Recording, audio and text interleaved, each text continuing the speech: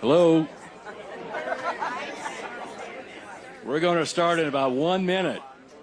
So if you can find a seat, grab a seat. If not, we're going to get going very, very shortly. That was quick. All right. I'm David Oman, and my role is to welcome you today. Thank you, every single one of you, for coming up to wherever this is between Ankery and Des Moines on a Friday morning. This is a great time to be together, and I just want to say to you, this is not a debate. You don't need to sit on your hands. There are a lot of Scandinavians in this room. We're very polite. Okay? So guess what? It's okay to clap. It's okay to cheer. It's okay to sing. We don't care, but let's have fun this morning. Who wants to have fun?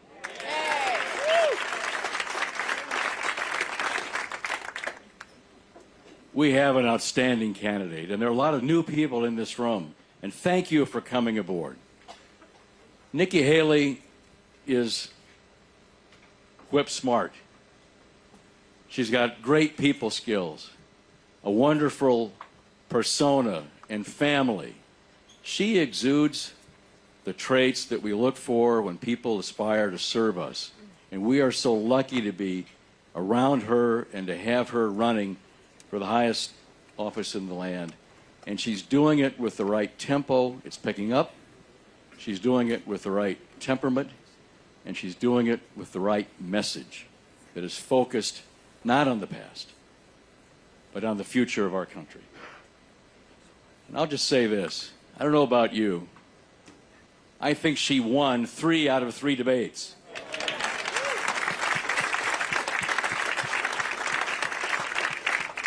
That middle one was a little crazy at the Reagan Library, but she won that debate.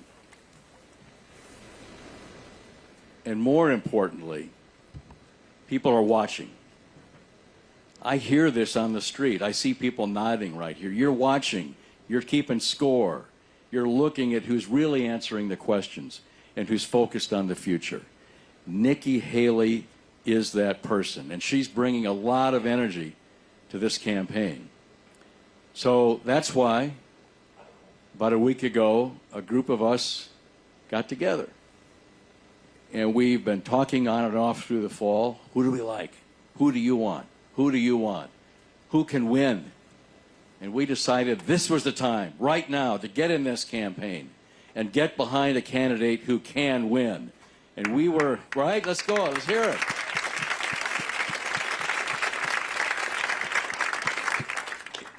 If we introduced all the people in the room here who have come aboard this campaign in the last 2 weeks, we'd take all of Nikki's time. We're not going to do that. But just this week, we announced 72 key Republicans statewide who are behind. That list followed 50 who a couple of months ago came behind. So this is a growing effort. I think in campaigns, it's fun to be a part of a team that's growing. And one of the very special people who's with us right now is one of my favorite people. Christine Hensley set the record for serving on the Des Moines City Council, 24 years. She started when she was 16. And I don't know how old you are, I'm not going to ask, but she's already in the Iowa Women's Hall of Fame. How's that? Please welcome Chris Hensley. Thank you very much, David. Thank you, thank you. What a great group this morning. It is so exciting to see this group coming together at 7:30, 8:30 on a Friday morning. Congratulations and thank you for being here. You know, Ambassador Haley, before I call you Madam President, I'm going to make the assumption I'm going to call you Nikki this morning. And I want to share with you, David talked about the group of us coming together, but earlier this week, I had the opportunity to attend a forum at Drake University. And at that forum, they had a large number of media was represented, political pundits were there. And I went, assuming I was going to learn about all the different individuals running for president and how the caucus was going to work. More of an informational. To my surprise and my great delight, they spent a good portion, I would say at least half of their time, talking about Nikki Haley and the momentum that she has gained, and she being the only candidate that really has the ability to win the general election, and serve 8 years, not 4 years. So it is really interesting and fun to see how this energy and this momentum has grown. David talked about her debate performance, but if you look at Nikki's experience as a governor, as a UN ambassador, that debate performance has been outstanding, and she has the right stand on the issues. I think she is just the perfect person to lead this country for the next 8 years. We can talk about and look back in history at other really significant women leaders in our world. As you look back, you've got Prime Minister Indira Gandhi from India. You've got Prime Minister Golda Meir from Israel. You've got Margaret Thatcher, Prime Minister from England. Isn't it time for us to have President Nikki Haley of the United States of America?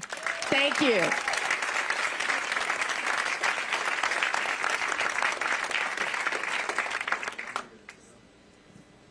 That's a hard act to follow, particularly when she said what I was going to say. But I'll say it as a male, all right? It's time for the United States of America to look ahead, to look at the field, and it starts with the Republican family. We have some serious choices to make about who we want to get behind, who we want to nominate, who we want to run in the general election campaign, and who we think can win. The polling for Nikki Haley can be a guide for us. She is moving up. Day by day, week by week, she is moving up. She has got the momentum. So I think it's time not only that we have a woman, but I think it would be important for this country, for our first woman president, to be a Republican.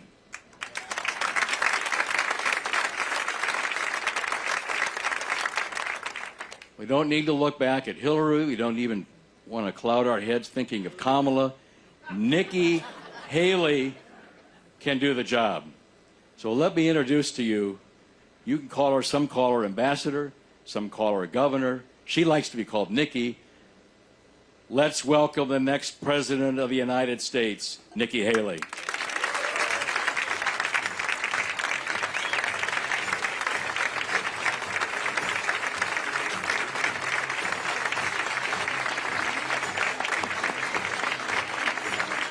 Thank you so much. What a great looking crowd. Thank you for coming out today on a Friday morning. You know, I was thinking this morning when I was on my way here, there's a lot of things about Iowa that's tough, right? You know your stuff. You ask the hard questions. You want to see us over and over and over again. And I can handle all of that, and I actually have a great respect for that because that's how South Carolina was. We wanted the same things of our candidates. But the hardest part about Iowa is how cold it is outside. Y'all, I came out this morning, and it took my breath away. And they're saying, oh, it hadn't gotten cold yet. You would have laughed at my coat. You would have laughed. So clearly in South Carolina, we think when it gets into the 50s, it is brutal. Something tells me I better get ready for December and January. But it's great to see all of you here. How many of you are here listening to me at a town hall for the first time? Oh, wow. A lot. Good. Great. Well, then, first of all, we're going to talk a little bit about who I am. We're going to talk about where we are in the country. And then we're going to talk about how to save her. So I was born and raised in a small rural town in South Carolina. 2,500 people, 2 stoplights. You couldn't think about doing something wrong without somebody telling your mom. I grew up playing on a cotton field and at a dairy farm. My mom started a business out of the living room of our home. 30 plus years later, it was a successful company. I started doing the books for the family business when I was 13. It wasn't until I got to college that I realized that was child labor. I am not an Ivy Leaguer. I went to a public university. I went to Clemson University. Go Tigers. And we got some Tigers in the room. I appreciate it. Our football season hasn't been great, but it hasn't been that bad. And graduated with a degree in accounting. I am not a lawyer. I am an accountant, and I think it's time we finally have an accountant in the White House.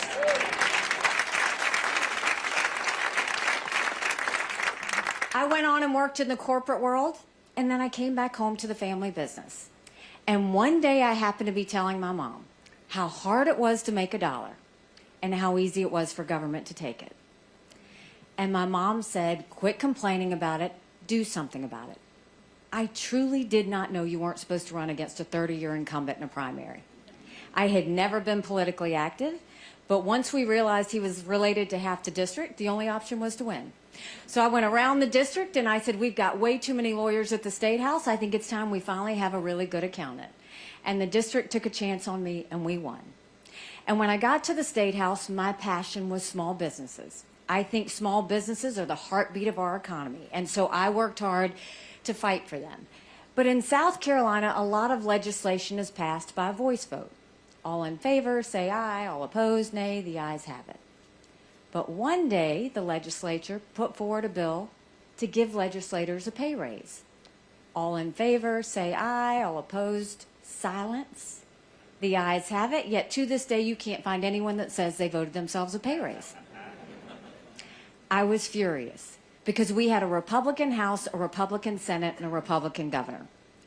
And I filed a bill that said anything important enough to be debated on the floor of the House or the Senate is important enough for people to know how their legislators voted. And the Speaker of the House said, put the bill away. We don't need to have it. We will decide what the public needs to see and what they don't. To sum it all up, they stripped me of all of my seniority. They demoted me off of my committees. I could take the well and no one would hear me speak. I could sponsor a bill and no one would join and co-sponsor it. So I ran for governor. And I'm proud to say one of the first bills we signed into law is now in South Carolina. Anything debated on the floor of the House or the Senate requires a legislative vote on the record, and we took it a step further and we did it on every section of the budget. And I love music. If you were hearing music, I hope they played it for you. That's my playlist. And so I love music, and on the day of the bill signing, we blasted music throughout the State House, and the song we blasted was Pat Benatar's Hit Me With Your Best Shot.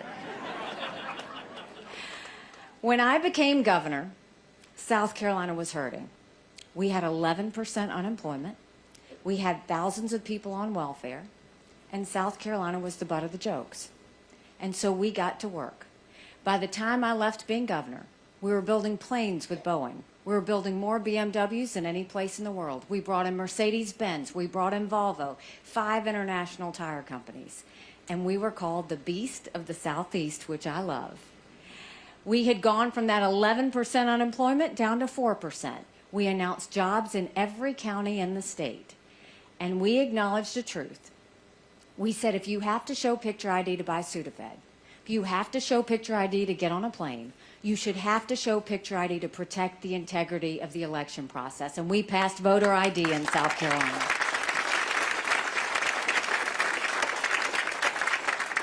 We passed tort reform. We passed the toughest illegal immigration law in the country. We paid down our debt. We built up our coffers. We cut taxes. And life was good in South Carolina. And by the time we left, we were named the friendliest state in the country. We were named the most patriotic state in the country. And we were named the #2 state in the country people were moving to. And then I got the call for the United Nations. And my honest answer was, I don't even know what the UN does. I just know everybody hates it. Which I wasn't wrong about that. But when you get the chance to serve your country, you jump. And so when I got to the UN, I wanted countries to know what America was for and what America was against. I didn't care if they didn't like me, but I wanted them to respect America. And we got to work. We pulled ourselves out of the Iran deal. We moved the embassy from Tel Aviv to Jerusalem. I negotiated with China to pass the largest set of sanctions against a country in a generation against North Korea and stopped the ballistic missile testing that was happening. But the biggest thing that we did was we took the kick me sign off of our backs, and America was respected again at the United Nations.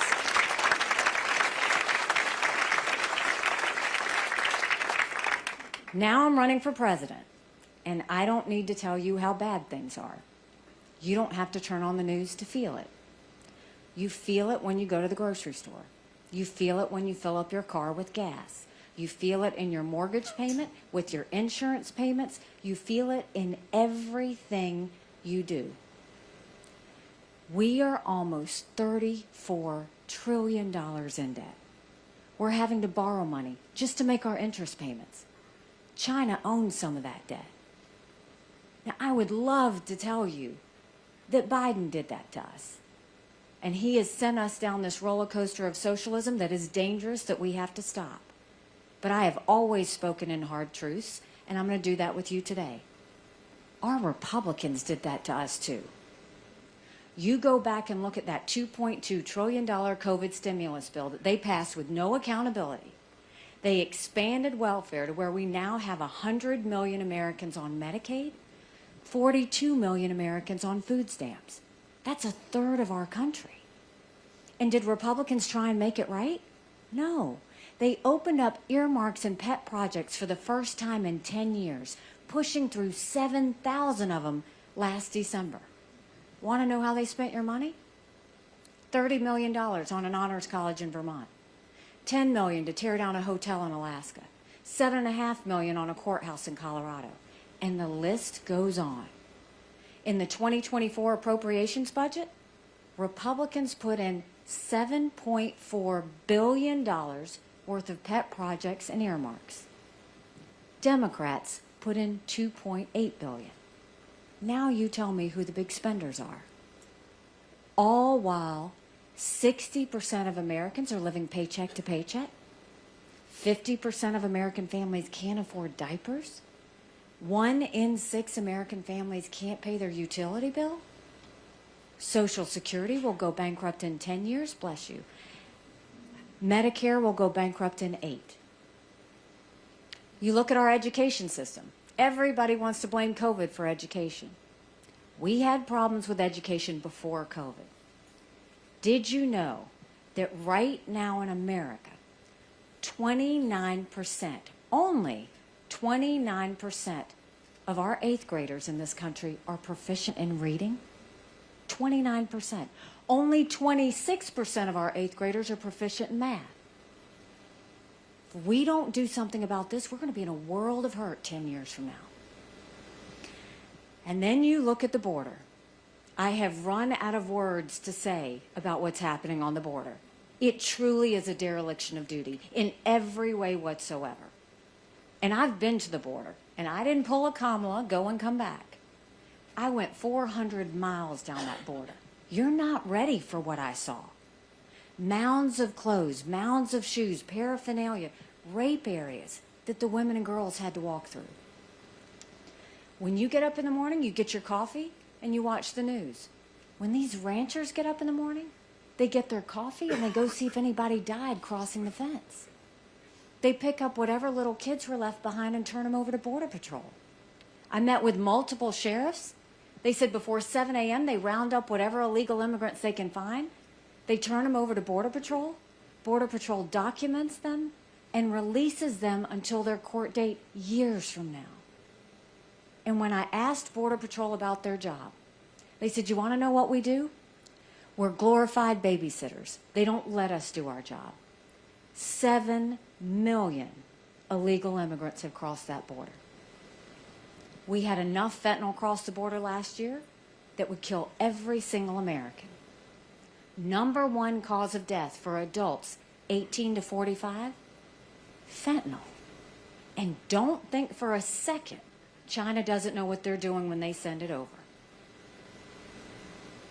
And then, when I was growing up, my parents always taught us, you take care of those who take care of you. I'm going to ask you if we're taking care of those who take care of us. Right now in America, 33,000 of our veterans are homeless. 1 in 3 veterans suffers from PTSD or thoughts of suicide. We lose 22 heroes a day to suicide. If a veteran needs a doctor's appointment, on average, it takes them 29 days. Why 29 days? Because on the 30th day, they can go to the doctor or hospital of their choice. So midway through the 29 days, they get a call to reschedule, and the clock starts all over again. It is shameful how we treat our veterans. So that's a lot of bad, right? It's hard to find anything good. But let's be clear-eyed about this. Congress could have dealt with any one of those things, right? But what has Congress done for you lately? Don't you think it's finally time we have term limits in this country?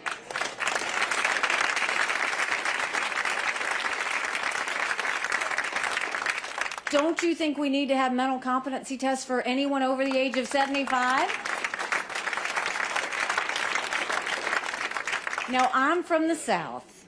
We know not to be disrespectful. I'm not being disrespectful when I say that. We all know people who can run circles around those around us. Senator Grassley's perfect example. He could run circles around everybody, right? And then there's Joe Biden. The reason why I'm saying this is the Senate has become the most privileged nursing home in the country. It's true.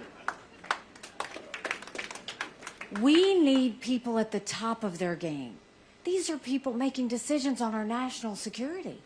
These are people making decisions on the future of our economy. I don't care if you do it for 50 and up, but we need to know that people are at the top of their game when it comes to this. So now that I've told you all that bad, I'm going to now tell you what I told South Carolinians when I became governor. No more whining. No more complaining. Now we get to work. How do we fix it? When it comes to the economy, let's start by clawing back the $500 billion of unspent COVID dollars that are still out there. Instead of 87,000 IRS agents going after middle America, let's go after the hundreds of billions of dollars of COVID fraud, 1 out of every $7. If 8% of our budget is interest, quit borrowing. Cut up the credit cards. You have to balance a budget every day. I had to balance a budget as governor. Why is Congress the only group that refuses to balance a budget? They have one job, and that's to submit a budget on time. Do you know Congress has only submitted a budget on time 4 times in 40 years?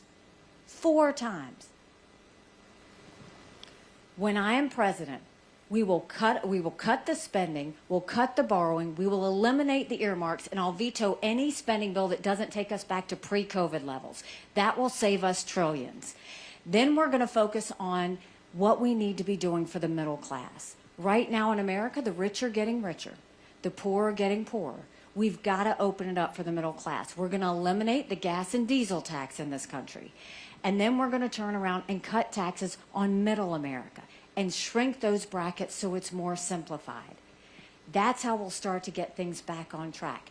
And then as governor, I saw presidents only meet with governors once a year.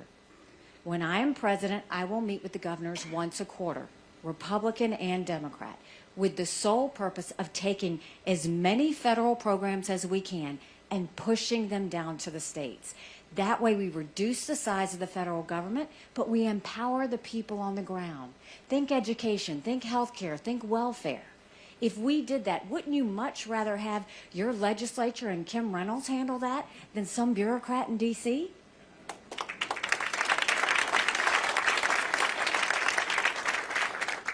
Then when it comes to education, we knew in South Carolina if a child couldn't read by 3rd grade, they were 4 times less likely to graduate high school. So we started holding our kids back. We brought in their parents. We did reading remediation programs, and we set them up for success. We've got to do that all over our country. We have got to get our kids reading again. It's okay. Right now, schools are just pushing kids forward. If they can't read, you hold them back and you teach them to read before you send them forward. The second thing is every parent or no parent should ever wonder what's being said or taught to their child in the classroom. We need complete transparency in the classroom.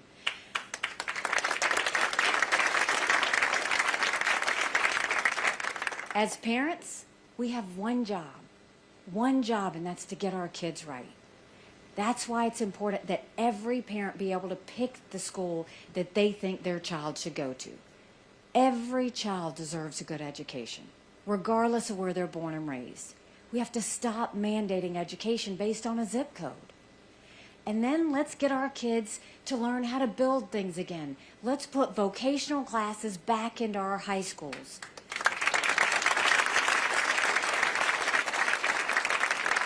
In South Carolina, we had apprenticeships all over the state. We taught our kids how to build the things we were making. It got them invested in our economy early, and it helped us for the future.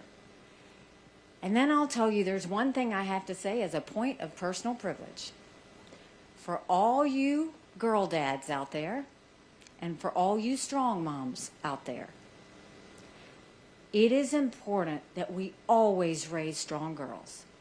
Because strong girls become strong women, and strong women become strong leaders. And none of that happens if we have biological boys playing in women's sports. We've got to cut that out and put an end to it.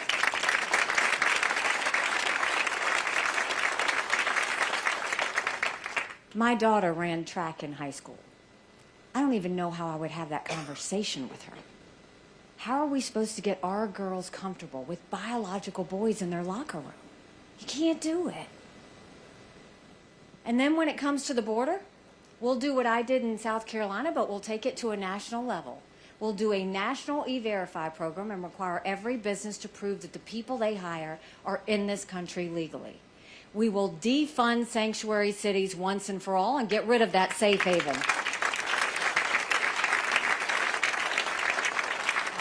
We'll put 25,000 more Border Patrol and ICE agents on the ground and let them do their job. We will go back to the Remain in Mexico policy because they need to be processing from Mexico. They never need to step foot on U.S. soil. And instead of catch and release, let's go to catch and deport. That's how you will stop what's happening on the border. We have had over 1,000 people that we know of come from Iran, Lebanon, and Yemen. That doesn't even count Afghanistan. It only takes one. It only takes one. America's acting like it's September 10th. We better remember what September 12th felt like, because we're on the verge of that. And then when it comes to our veterans, we all know when we see deployments and the tears that are shed. And then we all know the blessings of when our men and women return home to us safely. I'm the wife of a combat veteran. My husband deployed to Afghanistan. When he came home, that was prayers answered. But the hard part is when we got home. Michael couldn't hear loud noises. He couldn't be in crowds. Life had passed him by for the year that he was gone, and the transition was tough. We can't just love our men and women when they're gone. We gotta love them when they come back home, too. We've got to do better on the transition. We need to have telehealth so that they can get the mental health care they need right when they need it. We need to let them go to the doctor or hospital of their choice. They've earned that right. And let's make sure that if we truly want to take care of their health care, I think the best way we do it is we require every member of Congress to get their health care from the VA. And you watch how fast that gets fixed.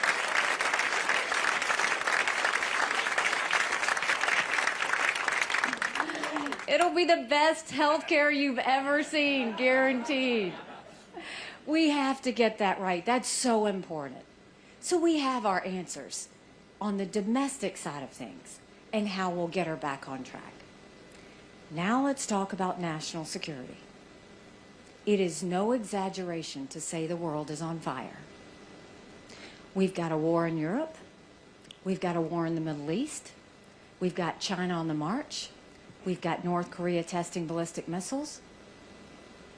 But make no mistake, none of that would have happened had we not had that debacle in Afghanistan. The idea that my husband and his military brothers and sisters who served there had to watch America leave Bagram Air Force Base in the middle of the night without telling our allies who stood shoulder to shoulder with us for decades because we asked them to be there. Think about what that told our friends. More importantly, think about what that told our enemies. Now, there's a debate in America. I've always told you I speak in hard truths because you deserve it. There's a debate in America. Do we take care of Ukraine or do we take care of Israel? Do we take care of Israel or do we take care of the border? Don't fall for that premise that they're trying to sell you, because they're not being honest with you when they say it. Let's take one conflict at a time. Let's look at Ukraine. I had no better ally at the United Nations than Ukraine. They voted with us on absolutely everything. If I had a press conference, they showed up without me even asking. They were a great friend. But here is this pro-American, freedom-loving country that was invaded by a thug. 500,000 people have died because of Putin. I don't think we need to give cash to Ukraine. I don't believe in giving cash to any country. They are fighting for their life. Everybody says, how do we end this war with Ukraine and Russia? If Russia left today, the war would be over. If Ukraine stopped fighting, they would lose their country. If Biden had dealt with this when they first started surrounding Ukraine, there wouldn't have been a war. But he didn't, because he was scared of upsetting Putin. If Biden had given Ukraine the equipment and ammunition right when this happened, the war would already be over. They are amazing military fighters. Do you know they've destroyed half of Russia's defense system? Do you know Russia has hit rock bottom, that they've raised their draft age to 65? I know, everybody always looks around when I say that. We know Russia's hit rock bottom because they're getting their drones from Iran and their missiles from North Korea. But tyrants and dictators always tell us what they're going to do. I realize that at the United Nations. They're very transparent. Hamas told us that they were going to go after Israel. We saw that. I'll get into that in a minute. China told us they were going to take Hong Kong. They did. Russia said they were going to invade Ukraine. We watched it. China said Taiwan is next. We better believe them. Russia said after Ukraine, Poland and the Baltics are next. Those are NATO countries. That puts us in a war. This is about preventing war. We don't want to get into a war. That's the whole point. I don't want my husband and all these military members to have to go fight. Stop it before it gets to that point. And don't ever forget, a win for Russia is a win for China. There's a reason that they held hands and said they were unlimited partners. Now let's talk about Israel. I'm haunted by what happened on October 7th. But let me tell you why I'm haunted. 5 years ago, I gave a speech at the United Nations, and I told the world, we know of these maps. These maps are held by Hamas. And what these maps show is if they can get through the barrier, this is what they're going to do, and this is how they're going to kill as many Jews as fast as they can. And what haunts me is it came true. America has to get this right. God help us if we don't. We should be focused on three things. Give Israel whatever they want, whenever they want it, no questions asked. They are the tip of the spear when it comes to fighting this terrorism. On that day of October 7th, these weren't just murders. This was torture. They not only beheaded people, they burned these babies alive. They got these girls at the concert, they raped them, and they dragged their naked bodies through Gaza. And what did they say? Death to Israel and death to America. Don't ever forget that. Because they hate us more than they hate Israel. The second thing that we have to make sure we do is eliminate Hamas. Not weaken them, eliminate them. Because they have come out and said they're going to do this again. And the third thing is do whatever it takes to get our hostages home. Now, the other candidates have said this is Israel's war. This should be personal for us. 33 Americans were butchered on that day. There are American hostages right now that we have to get home. This should be personal for us. And we have to get this right. And never forget, there would be no Hamas without Iran. There would be no Hezbollah without Iran. There would not be the Houthis without Iran. These strikes to our men and women in Iraq and Syria are happening because Iran gave the green light. And what did we do to contribute to that?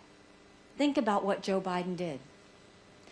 Joe Biden turned around and immediately, when he got into office, fell all over himself wanting to get back into the Iran deal. The Iran deal was about giving money to Iran. But what we knew, and the reason we got out of the deal, was whatever money Iran got, they sent to these terrorist proxies to do bad things. So he's falling all over himself. Then he loosens the sanctions. Who's the biggest country? What's the one country that's sending Iran billions of dollars? China. China's importing every bit of their oil. Russia's getting their drones from Iran. Start to see the connection. And then Biden gave $6 billion for 5 hostages. Do you not think that they're seeing dollar signs with 240 hostages? They absolutely are. And then Biden asked for a pause or a ceasefire. It hasn't even been that long. Let Israel do their job. And first of all, when you do a ceasefire like that, people die. The last time they gave Hamas a ceasefire, they kidnapped Israeli soldiers and they murdered others. All Hamas does in a ceasefire is fuel up. All they do is pre-plan and get ready. I have been in those tunnels. I've been on every border of that. I have been in those tunnels. They're unbelievably sophisticated. Massive amounts of equipment, massive amounts of ammunition in there. I promise you that's where the hostages are. It's like a city underneath a city. And where their biggest main control hubs are under hospitals, under schools, under playgrounds. Why? Because Hamas knows Israelis value life. And they don't. Then you look at the fact that China's on the march. China is still, it's unbelievable, the #1 national security threat we face. They have been, I saw this at the United Nations. They have been planning war with us for years, and that's not exaggerating. They're already here. They've already infiltrated us. They bought 400,000 acres of U.S. soil, most recently near Grand Forks Air Force Base, where our most sensitive drone technology is. They bought the largest pork producer in the country. You know that. It's right here in Iowa. They're stealing our farmers' seed technology. Then you go and you look, there's millions of dollars going into our universities, stealing our research, spreading Chinese propaganda. Everybody got upset about this Chinese spy balloon that went over our country, right? What about the fact that 90% of our law enforcement drones are Chinese? Think about all the surveillance that's happening as we speak. There's certain technologies that China uses to build up their military and threaten America. Yet the Biden administration approved 70% of those last year. And we have lost more Americans to fentanyl than the Iraq, Afghanistan, and Vietnam wars combined. 75,000 Americans just last year alone. And when it comes to their military, they are building it up and developing it at a scary pace. They now have the largest naval fleet in the world. They have 370 ships. They'll have 400 ships in 2 years. We won't even have 350 ships in 2 decades.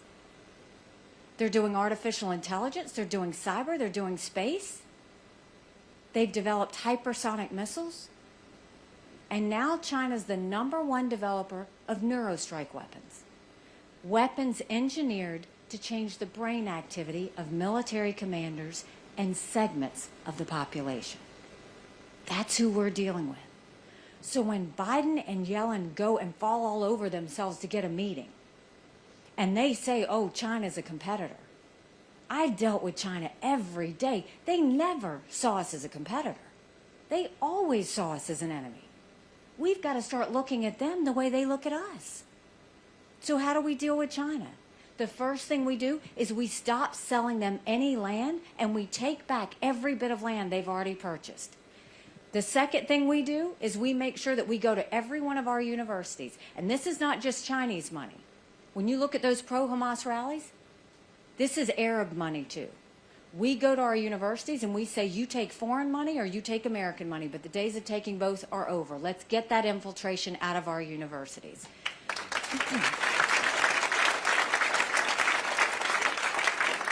We should blacklist every bit of that technology that is used to threaten us. And we should make sure that we tell China, we're going to end all normal trade relations with you until you stop murdering Americans. You watch how fast they pull that together because they know they need our economy. And there were two things that China, Russia, and Iran never wanted us to have when I was at the United Nations. They never wanted us to be energy independent. And they never wanted us to have a strong military. We shouldn't just be energy independent. We need to be energy dominant. No more going hat in hand to Saudi Arabia. No more getting dirty oil from Iran or Venezuela. And that means, yes, partnering with our farmers on biofuels, biodiesel, making sure we open up pipelines, making sure we get the EPA out of the way. Right now we pay more attention to sagebrush lizards than we do making sure people can afford their energy. We should be exporting as much liquefied natural gas as we can. One, to make it an economic boom, but two, to help our other friends in the world. That should be a great economic thing for us. And when it comes to a strong military, don't ever forget, strong militaries don't start wars, strong militaries prevent wars. But in order for us to get a strong military, we've got to modernize. We need to pay attention to what the new threats in the future are. We can't just be land, air, and sea anymore. We need to do cyber. We need to do artificial intelligence. We need to be sure that we're strong in space. But that doesn't mean throwing a lot of money at the Department of Defense.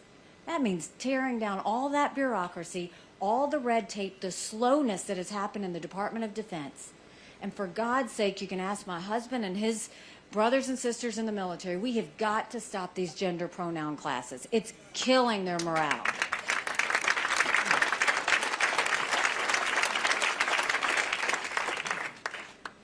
So now that we've talked about those three threats, let's go back to the fact that they're telling you, you have to pick between Ukraine or Israel and the border. They are lying to you. And the reason they're lying to you is because if we just helped Ukraine and Israel by sending them equipment and ammunition, it is less than 5% of our defense budget. 5. The border should absolutely be priority #1. If we did Israel, Ukraine, and the border, do you know that's less than 20% of Biden's green subsidies? This is about priorities. This is about getting it right. And don't ever forget, the Taiwanese want us in the West to help the Ukrainians. Why? Because if Ukraine wins, China won't go into Taiwan. The Ukrainians want us in the West to help Israel. Why? Because they know how dangerous for them if Iran wins, then Russia wins. And why are these three connected? Because they have one thing that they all have in common. They hate America and want to destroy us. This is not the time for America to put our head in the sand. This is the time for America to realize we can get this right. But we have to be clear-eyed. We have to know the difference between good and evil. We have to know the difference between right and wrong. And we have to know that you can take care of every one of these threats if you have a strong America that allies with our friends. We should never be so arrogant to think we don't need friends. We do need friends. We needed a lot of them on September 12th. But you got to be a friend to get a friend. So we can do this. America has an amazing ability to self-correct. Sometimes we have to hit rock bottom to know where up is, and we're there. But the one thing we've got to focus on is we have to end this national self-loathing that has taken over our country. The idea that they say America's bad or rotten or racist. I was elected the first female minority governor in history. America's not racist, we're blessed. Our kids need to know to love America. They need to be saying the Pledge of Allegiance when they start school every day.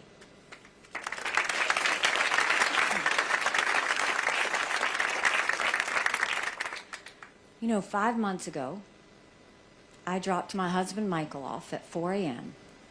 for another year-long deployment. And I watched him and 230 soldiers pick up their 2 duffel bags of belongings to go to a country they'd never been, all in the name of protecting America.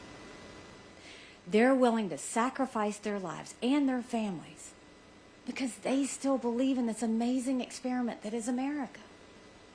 So if they're willing to fight for us there, shouldn't we be willing to fight for America here? Because we have a country to save. But in order to do that, we've got to acknowledge some hard truths. Republicans have lost the last 7 out of 8 popular votes for president. That is nothing to be proud of. We should want to win the majority of Americans. But in order to do that, we have to have a new generational leader. We have to leave this negativity and chaos behind us. And here's another hard truth. I think Donald Trump was the right president at the right time. I was proud to serve in his administration. I agree with a lot of his policies. But there is a reality here. Rightly or wrongly, chaos follows him. It follows him. You know I'm right. And when we've got the world on fire, we can't sit in chaos because we won't survive. We have to be willing to take on these new problems head on and with full clarity and no distractions. And if we do that, that's how we will get America strong and proud again. But in order to do that, it's going to take a lot of courage. Courage from every single person in this room. Courage for me to run. And courage for every one of you to know, don't complain about what happens in a general election if you don't play in this caucus. It matters. When I announced, someone asked me why I was running. And I said, my parents came here 50 years ago to an America that was strong and proud and full of opportunities. I want them to know that America again. I'm doing this for my husband, Michael, and his military brothers and sisters. They need to know their sacrifice matters. They need to know we love our country. I'm doing this for my daughter who just got married. And I saw how hard it was for her and her husband to buy a home. And I'm doing this for my son who's a senior in college. And I am tired of watching him write papers of things he doesn't believe in just to get an A. That's not us. That's not America. And for the first time, 78% of Americans don't think their kids are going to have as good of a life as we did. I'm not okay with that. You should not be okay with that. We do have a country to save. But I promise you this. If you will join with me and commit with me, I promise you our best days are yet to come. Thank you very much. God bless you. I appreciate it. Thank you. Thank you so much. Thank you. Thank you. Y'all are so nice. Thank you. Thank you. Thank you so much. I appreciate it. Thank you. Thank you. Now, y'all were so nice. You know how to make a Southern girl feel good. I appreciate that. Y'all were so nice to listen to me. Now we're going to turn the mics on you. We're going to open it up for questions. There's nothing I won't answer. You may not like my answer, but there's nothing I won't answer. We've got how many mics? 2 mics. Hold them up high, and if you'll just raise your hand, they will come to you.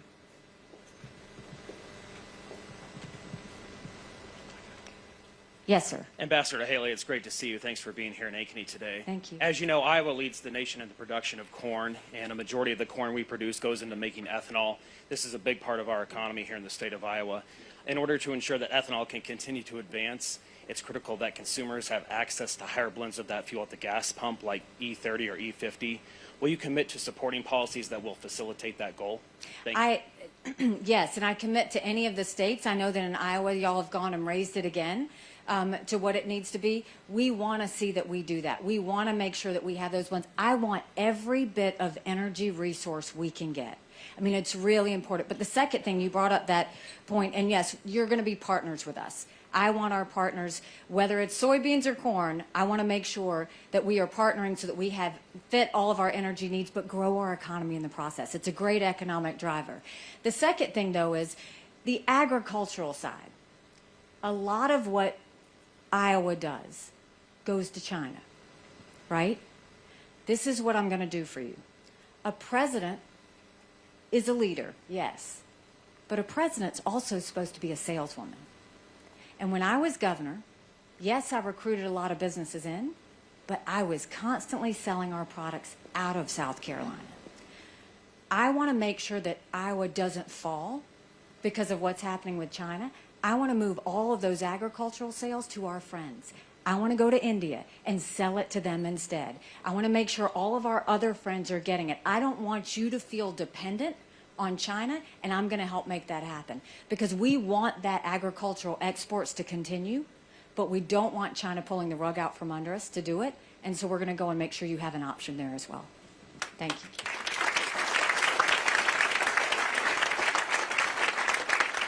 Any other questions?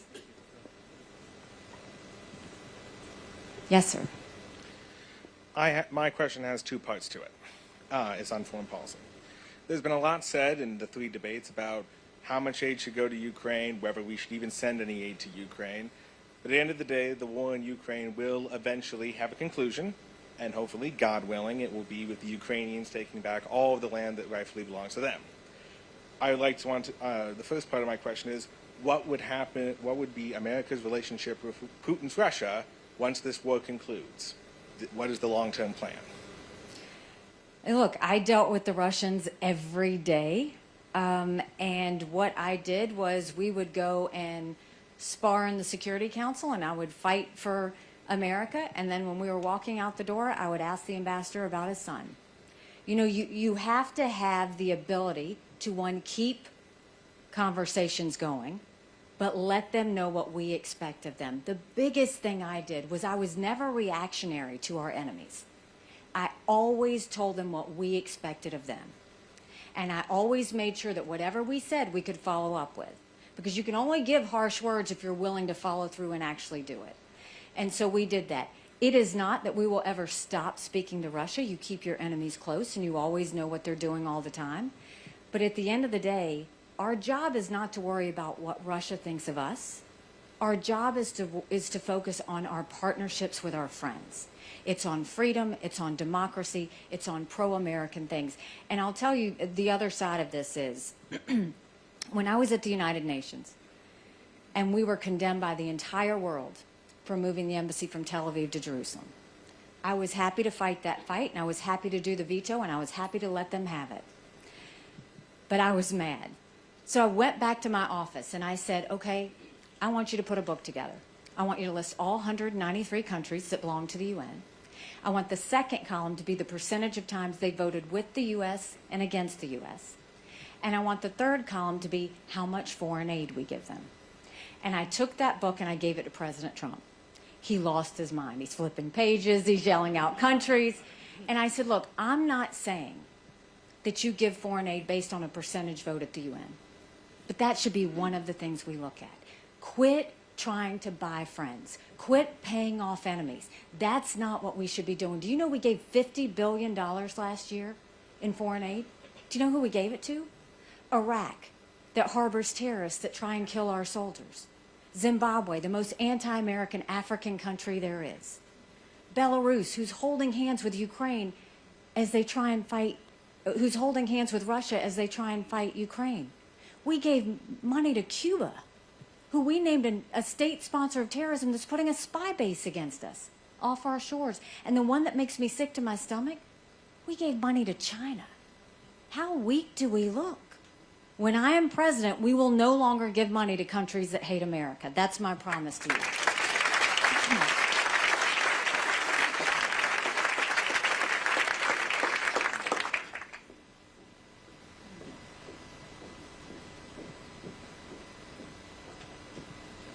Yes, sir.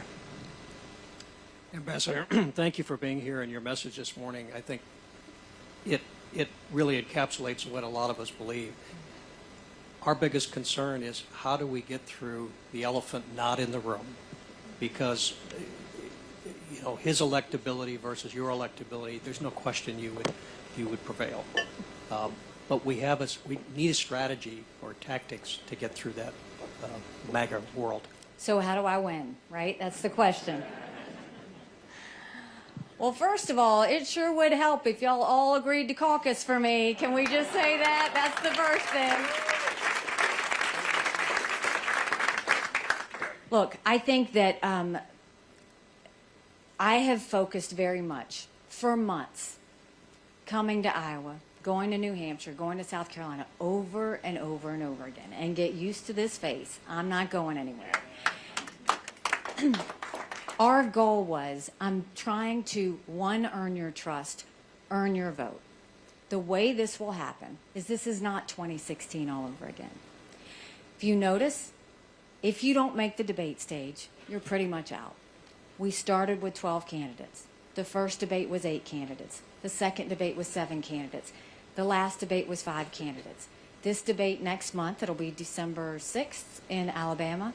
I expect there to be 3 candidates on the stage.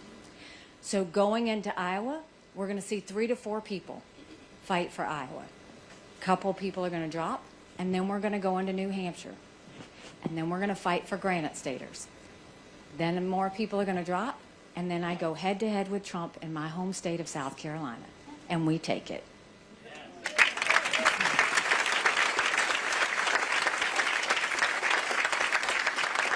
But what's important is we want to do well in Iowa. We want to do well in New Hampshire. I mean, South Carolinians are tough. You got to earn it, right? They don't just give it to you, you got to earn it.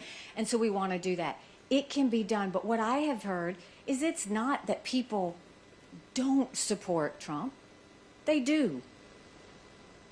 But when they think of the chaos that follows him and the fears that we have, the number one concern that I hear from Republicans everywhere, from independents too, and from Democrats too, is everyone knows America will not survive a President Kamala Harris. We won't. And so this is about how do you get someone who can win the primary that can win the general. And you know, if you look at the polls, I think it shows the other candidates, Trump included, win by 2-3 points over Biden.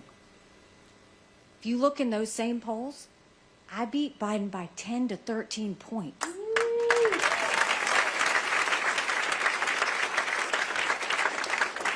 So this isn't just about the presidency. This is about us winning governorships all up and down the ballot, Senate races all up and down the ballot, and House races up and down the ballot. We want to get all of that so we can start getting our country back on track. I trust Iowans. I really do. I trust them to get this right. I think they know that the world is in trouble. I think they see the threats against America. I think they're tired of having government, of them working for government, not having government work for them. And what I would ask is, I need you to all go tell everybody. Go spread the word. This is great, and we love that we're doing this. We had huge crowds yesterday. We're going to have more today. But it's only as good as if you go tell people that you're going to support, and it's only as good as if you fill out this caucus card and say we're going to be with you. I've never caucused before. Y'all have. You know how to do this.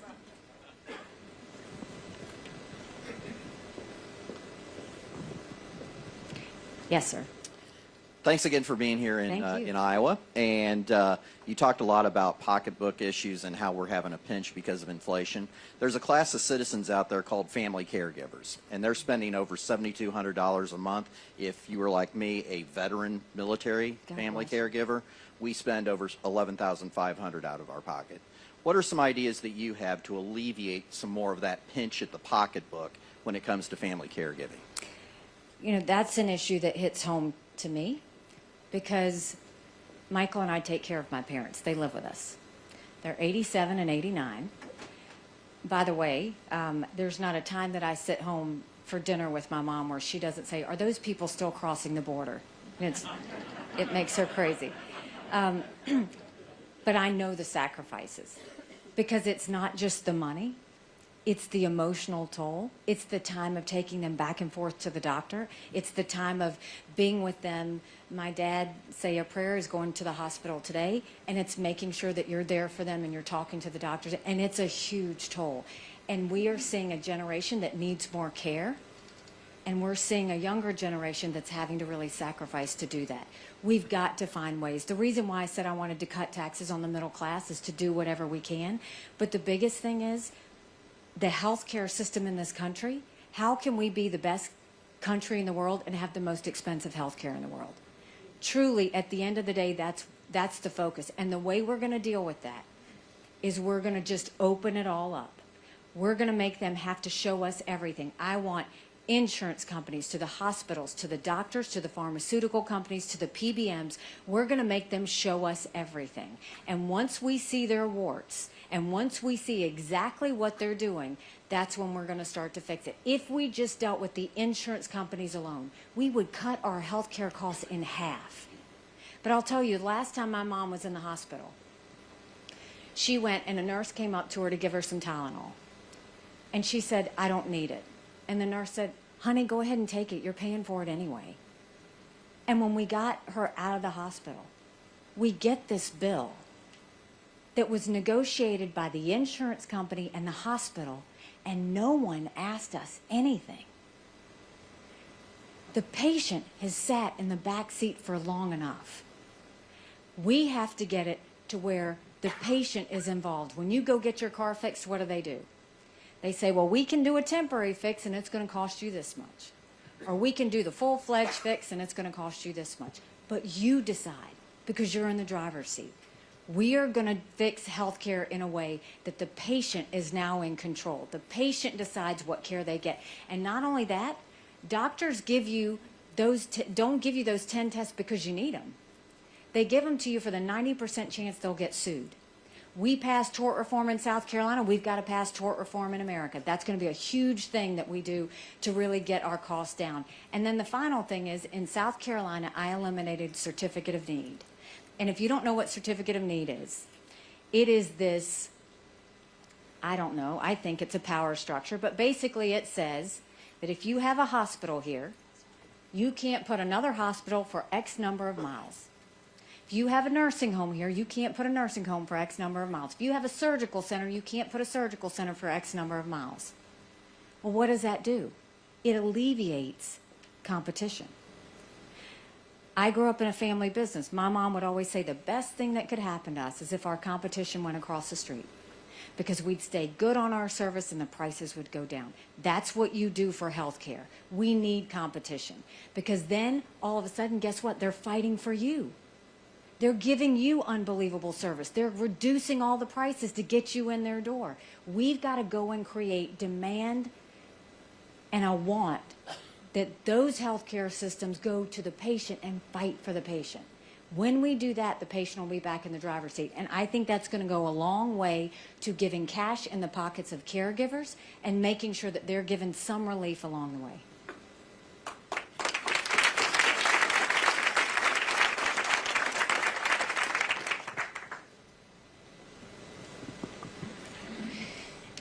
Yes, ma'am. Ambassador Haley, thank you for your service to the United States and to South Carolina. Thank you. Many medications are manufactured in China.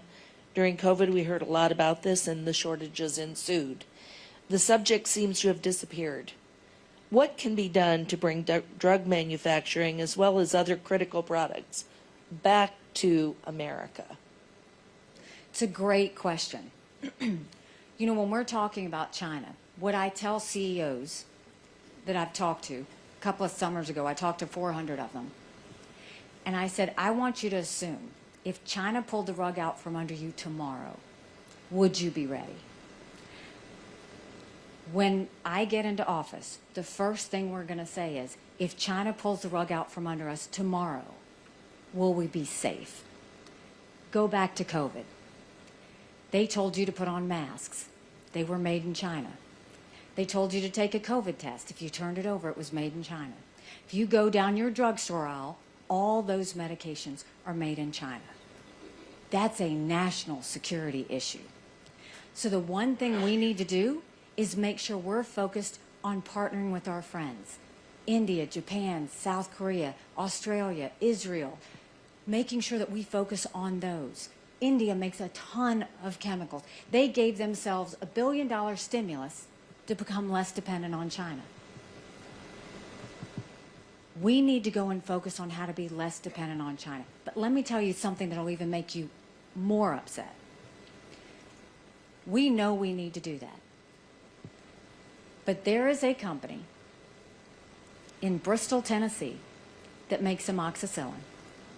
Now, any of you that have kids and dealt with ear infections, you know amoxicillin is the #1 antibiotic drug. Bristol, Tennessee, they make it.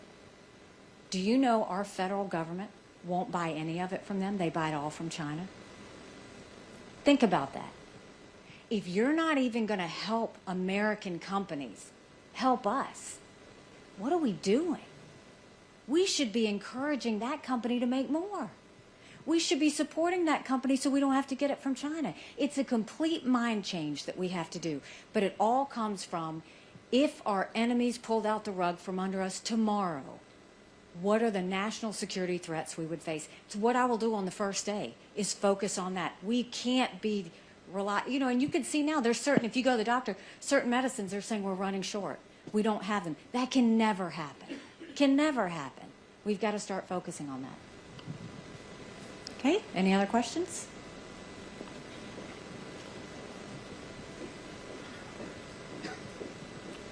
Yes, ma'am. Hi, is that open? I'm so happy to be here. And Thank you and for hear coming. and thank you for being here. My question has to do with education. I was a 25-year educator, God bless you. and I believe every child in this country deserves a good education. One of the things that I'd like to understand more is the parent choice. You look at a town like Ankery, we have exploded in the last 20, 30 years because of our good educational system, and many people have moved here. A good classroom, a good educational system should not have more than 25 kids in a class per one teacher. We are exploding here in Ankery also in our classrooms, and we're building new schools. Very fortunate that we can do that. How can we have parental choice? If we had parents from Des Moines, other areas, coming to Ankery wanting to bring their child here to school, but still live in their own district, what's that going to do to the people that live here? I just help me to understand Sure. what that's going to look like. Well, first of all, thank you for what you did for all of our kids. My son-in-law is a teacher as well, and it is no easy job, and even now more than ever, teaching is hard. They want teachers to be the guidance counselor, the nurse, the pastor, the parent, everything, and oh, by the way, they want you to teach to a test. So the pressure on our teachers is a lot. The goal should be, don't look at it as all those kids are going to want to come to your school, which I get it. In the best educated areas, that's what happens. The goal is, how do we get those types of schools in other areas? That's the goal. And the way we'll do that, when I told you we're going to move federal dollars down to the states, those education dollars, if we move those down, your governor and legislature would focus on those schools. They wouldn't focus on yours, because yours is running well. They'd focus on all those other schools that we need to get up to speed. And guess what else it would do? We would cut the strings in doing that. We'd get rid of all this ideology, because you don't want that ideology in your schools. We know states would never pick that. But the bureaucrats at the Department of Ed want to do that. We've got to make it more Iowa-focused, more South Carolina-focused, more state-focused. That's how we'll do it. So it's about building up the quality of the education, not taking from the only good schools you have. We do want to keep low teacher-student ratios. We know that's hugely important on how kids learn. But the goal is, how do you do it in a way that the quality of those challenge schools go up without hurting the good schools and having them go down? Okay, last question. Make it a good one. This will be our last question. Stand up. Yes, sir. Ambassador, thank you for being here this morning. I had a question for you here. So you talked about how you're really for strong women and developing strong women, having strong women leaders. Here in the state of Iowa, we obviously have a generational woman in Caitlin Clark. And any plans on... You grow some strong women here, I'll tell you. She's fantastic. So what was your question? I'm sorry, I got all excited about Caitlin Clark. Any plans on seeing her play? I would love to see her play. I mean, listen, if you can get me in a game and get me to meet Caitlin Clark, I am there. She is a rock star. Y'all should be so proud of her. So I will leave you with this. I appreciate you spending your Friday morning with me. Look, when I told you I ran against that 30-year incumbent in a primary, people laughed at me. And I got to work, and I earned their support, and we won. When I ran for governor, I ran against a lieutenant governor, an attorney general, a very popular congressman, and a state senator. I was Nikki Who. I had 3% in the polls. I had the least amount of money. But I worked South Carolina like no one else, and we won. When I got to the United Nations, they said I didn't have enough experience. And I got to work, and I took the kick me sign off of our backs. I have been underestimated in everything I've ever done. And it's a blessing because it makes me scrappy. No one's going to outwork me in this race. No one's going to outsmart me in this race because we have a country to save. So if you like what I had to say today, go tell 10 people. Fill out this card and caucus for us. Go tell them to volunteer, to invest, to caucus, whatever it is. Tell your family and friends. Everybody knows they trust, their family and friends on what they're going to do. If you don't like what I had to say today, shh. Just don't say anything and don't tell anyone you were here. God bless you. Thank you so much.